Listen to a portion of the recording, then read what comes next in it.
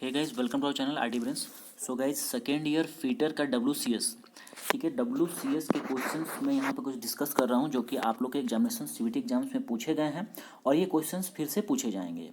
और गाइस, एक इन्फॉर्मेशन आप लोग को और दे देता हूँ कि WCS का जो जो क्वेश्चंस है, मोर और लेस जो इलेक्ट्रीशियन और फिटर दोनों के ट्रेड में जो है एक ही तरह के क्वेश्चंस हैं, क्योंकि इसके पहले मैं वीडियो डाला था आप लोग का इलेक्ट्रीशियन ट्रेड का, उसमें सेम टू सेम देखिए गाइस यही क्वेश्चन है, जबकि ये वाला जो PDF है, ये PDF देखिए फीटर का है, ठीक है, ये फीटर का है। और वो जो मैं बताया था आप लोग को इलेक्ट्रीशियन का बताया था, सारे क्वेश्चंस लगभग देखिए गाइस वही है, एक दो क्वेश्चन बस देखने को अलग हो सकता है। तो गाइज यदि आपको PDF जो है ऐसे तो अलग अलग किया हुआ है, आप लोग चैनल पे आकर ले लीजिएगा। चलिए क्वेश्चन हम लोग स्टार्ट करते हैं।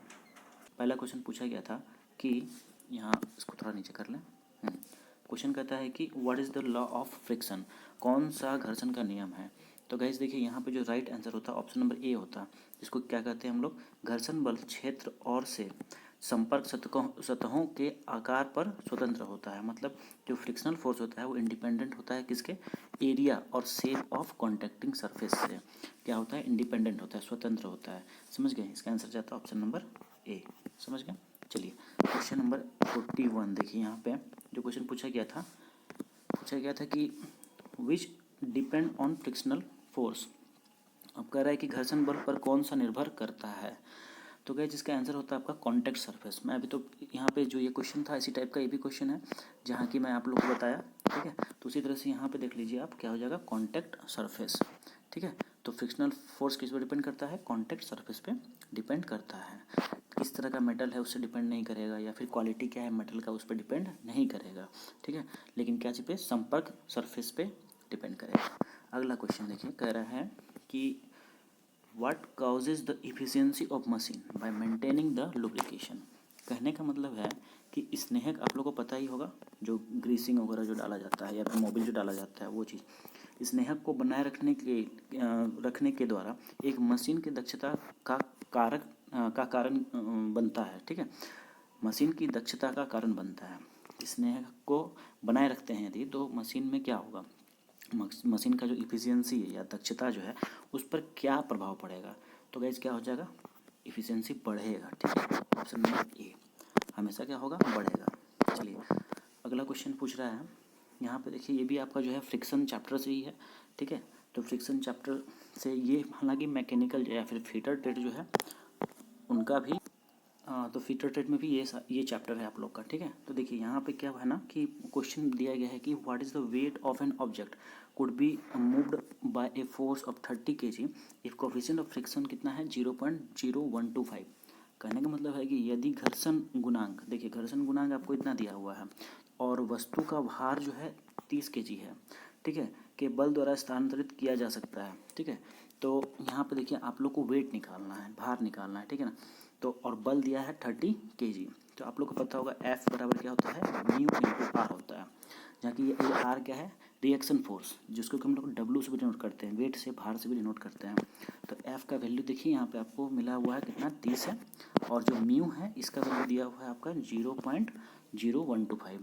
तो यहाँ पे लिख दीजिएगा ये वाला वैल्यू 0.0125, और यहाँ पे R या फिर W, ठीक है। तो यहाँ से W का मान क्या हो जाएगा, पहले टर्म को यहाँ नीचे इसके नीचे ले जाइएगा तो हो जाएगा आपका 30/0.0125।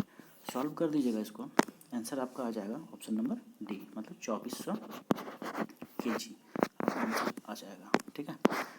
चलिए अगला क्वेश्चन लोग देखते हैं। क्वेश्चन पूछा है 45 नंबर की, इक्विलिब्रियम स्टेट पूछा गया है, कोन रेस्टिंग ऑन इट्स टिप। देखिए एक आपका जो कोन होता है, ठीक है, ये कोन है, इसको शंकु कहते हैं ना, ठीक है। तो यदि इसको टिप, ये जो टिप है इसका, इस पर खड़ा यदि करेंगे इसको, तो कैसा इक्विलिब्रियम होगा, स्टेबल होगा, अस्थिर होगा, फिर अस्थिर होगा, क्षैतिज होगा। जाहिर सी बात है कि इस टिप पे आप इसको खड़ा करने की कोशिश करेंगे, खड़ा अच्छे से नहीं होगा, दैट मीन्स क्या हो गया, अनस्टेबल हो गया, ठीक है, अस्थिर हो गया। तो आंसर कौन सा लग जाएगा, ऑप्शन नंबर C। चलिए अगला क्वेश्चन पूछा जा रहा है कि बिगेस्ट कोड, चक्र का सबसे बड़ा चाप पूछा गया है। तो सर्किल बना लेते हैं, सबसे बड़ा चाप, जो सबसे बड़ा जो कोड होता है कौन सा होता है, डायमीटर को ही कहा जाता है। आंसर कौन सा हो जाएगा, व्यास, ऑप्शन नंबर B। अगला क्वेश्चन 47 देखिए, 47 है कि what is the diameter of circle if the circumference is इतना। तो सर्कमफेरेंस आपको दिया है, सर्कमफेरेंस क्या होता है 2 पाई इंटू आर, वैल्यू कितना है, वैल्यू है 31.4। तो गाइस यहाँ पे पाई का मान रख दीजिएगा 22/7 और यहाँ से आर का वैल्यू निकाल लीजिएगा, है ना। तो ठीक है, इक्वल टू 31.4, यहाँ से आर का मान आपका निकल जाएगा, ठीक है। आर का वैल्यू निकालने के बाद आपको क्या बोला गया यहाँ पे, तो व्यास, वृत्त का व्यास पूछा गया है। तो जो वैल्यू आएगा उसको 2 से गुना कर दीजिएगा। डायमीटर पर क्या होता है 2 इंटू आर, तो जो आर का मान आया उसको 2 से गुना कर देना है। आंसर आपका आ जाएगा option number B, that means 10 हो जाएगा, ठीक है। एक बार रिपीट करके देख लीजिएगा, आप लोग को जो प्रोसेस बताया है वैसे ही आप लोग इसको सॉल्व कर पाइएगा इजीली। देखिए इसको मल्टीप्लिकेशन करना है दोनों को। तो सबसे पहले तो देखिए जो आपका जो ये वाला क्वेश्चन है ये हिंदी में दिया है, इसको आप छोड़ दीजिए। यहाँ देखिए तो 8 गुना 5 कितना हो जाएगा, 40 हो जाएगा पहले, ठीक है।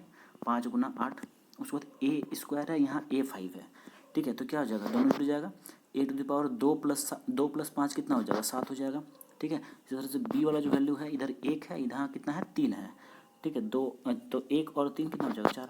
तो आंसर ढूंढ लीजिए वाला कौन सा दिया है, तो ऑप्शन नंबर ए में आप लोग को मिल जाएगा। अगला क्वेश्चन 49, देखिए 49 में कह रहा है कि किसी भी नंबर के ऊपर यदि 0 रखेंगे तो क्या हो जाएगा, पावर उसका 0, घात यदि 0 होगा तो क्या होगा, जैसे बताइए आंसर कितना होता है 1 होता है। मान लीजिए 1000⁻0, आंसर कितना आएगा 1 ही आएगा। या फिर मान लीजिए 25⁻0, कितना आएगा 1 ही आएगा। हर हाल में आंसर कितना आएगा 1 आएगा। यहाँ पे एक्सपेंशन पूछा गया है a³ - b³ का, तो गाइस इसका आंसर होता है a - b, a² + b² + ab। अगला क्वेश्चन देखिए, कह रहा है कि थर्मोप्लास्टिक मटेरियल कौन सा है, ठीक है। तो थर्मोप्लास्टिक मटेरियल आपका होता है विनाइल पॉलीमर, ठीक है, ऑप्शन नंबर डी। अगला क्वेश्चन देखिए, कह रहा है कि विच इज इलास्टिक मटेरियल, मतलब लोचेदार जो है इलास्टिक सामग्री कौन सा है इसमें, तो इसका आंसर जाएगा नायलॉन, ठीक है, ऑप्शन नंबर ए। अगला क्वेश्चन यहाँ देखिए, कह रहा है कि टेम्परिंग प्रक्रिया करते समय एक धातु के टुकड़े को 250 डिग्री सेल्सियस पर गर्म किया जाता है, तो उस धातु के टुकड़े का रंग कौन सा होगा, तो इसका आंसर क्या हो जाएगा, ब्राउन हो जाएगा, ठीक है, ऑप्शन नंबर बी, ब्राउन हो जाएगा। अगला क्वेश्चन देखिए, अगला क्वेश्चन कह रहा है कि process what is the process of heat treatment, heat treatment का प्रोसेस पूछा जा रहा है। तो देखिए ऑप्शन ए हो जाएगा, क्या होता है प्रोसेस, ये कहलाता है the process of heating and cooling to change the structure and properties. मतलब कि किसी भी वस्तु को आप हीट ट्रीटमेंट देते हैं तो मतलब उसको गर्म करते हैं, ठंडा करते हैं, ताकि उसका स्ट्रक्चर और प्रॉपर्टी दोनों चेंज हो जाता है, ठीक है, वही हो गया।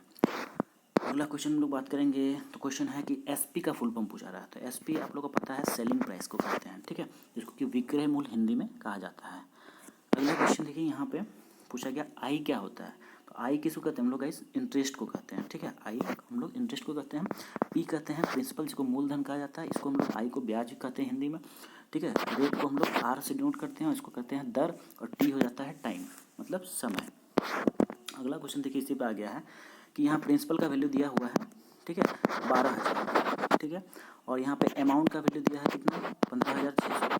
आपसे क्या पूछा गया है, आपसे इंटरेस्ट पूछा गया। तो गाइस इंटरेस्ट आप लोगों को पता होगा कि इंटरेस्ट जो होता है अमाउंट में घटा दीजिए प्रिंसिपल को, ठीक है। अमाउंट में हम लोग मतलब कि आपका जो यहाँ पे जो राशि है, ठीक है, राशि में जो है मूलधन को हम लोग घटा देते हैं, ठीक है, तो हमारा जो है वैल्यू आ जाता है इंटरेस्ट का।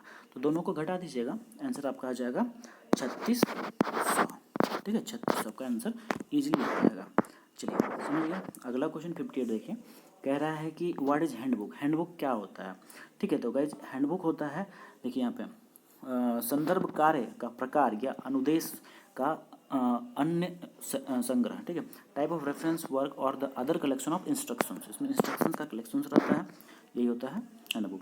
देखिए what is the which of the impurity in cast iron make it hard and brittle, hard और ब्रिटल जो है किस प्रॉपर्टी के कारण, किस इम्प्योरिटी के कारण जो है कास्ट आयरन में जो है वो हार्ड और ब्रिटल बन जाता है। कच्चे लोहे में कौन सी, देखिए अशुद्धता इसे कठोर और भंगुर बनाती है, तो गाइस आंसर क्या हो जाएगा सल्फर, ठीक है, ऑप्शन नंबर बी। और गाइस ये लास्ट क्वेश्चन है हमारा, देख लीजिए, यहाँ पे कह रहा है कि what is the name of booklet the rates of various terms are indicated, मतलब कि जो आपका रेट जो है पूरा एक चार्ट में बना हुआ था उसको क्या कहते हैं, तो इसका आंसर जाएगा आपका प्राइस कैटलॉग, ठीक है, मूल्य सूची। तो ये टोटल गाइस 20 क्वेश्चन थे यहाँ पे, तो ये क्वेश्चंस आप लोग को आपके जो एग्जामिनेशन होने वाले हैं अभी जो चल रहे हैं सीबीटी एग्जाम, उसमें कहीं ना कहीं देखने को मिलेगा। और ये देख लीजिए, पावर्ड बाय निमी, मतलब आप लोग जो है ध्यान रखिए इस बात का कि निमी के क्वेश्चन बैंक से ही क्वेश्चंस आएंगे सारे, और आ भी रहे हैं। आपको सारा जो पीडीएफ है, टेलीग्राम ग्रुप, व्हाट्सएप ग्रुप, सब जगह आप लोग को मिल जाएगा मेरा। आप लोग टेलीग्राम ग्रुप से जुड़ जाइए, और वहाँ सारा कंटेंट आप लोग को पीडीएफ सारा कुछ अवेलेबल करा है। चैनल प्लेलिस्ट पे चले जाइएगा, इन जितने भी क्वेश्चंस हैं पीडीएफ में दिए हुए हैं, ठीक है, निमी के, उसमें खाली क्वेश्चन दिया हुआ है और आंसर की दिया है। यदि आपको सॉल्यूशन चाहिए तो प्लेलिस्ट आप मेरा चेक कर लीजिएगा, प्लेलिस्ट में सारा सॉल्यूशन भी मैं कराया हूँ एक करके। तो गाइस चलिए मिलते हैं अगले अपडेट में कोई न्यू फिर क्वेश्चंस के साथ। तब तक आप लोग बने रहिए हमारे साथ, और चैनल को सब्सक्राइब बिल्कुल भी मतलब स्किप नहीं करना है, आपको सब्सक्राइब कर लेना है, ताकि आप लोग को आगे की अपडेट्स जो भी है, जो भी गतिविधियाँ हो रही हैं आईटीआई, सभी आप लोग को मिल सकें। तो गाइस चलिए, आप लोग को मिल गया होगा इन्फॉर्मेशन। आई होप कि आप लोग को समझ में आया होगा। धन्यवाद।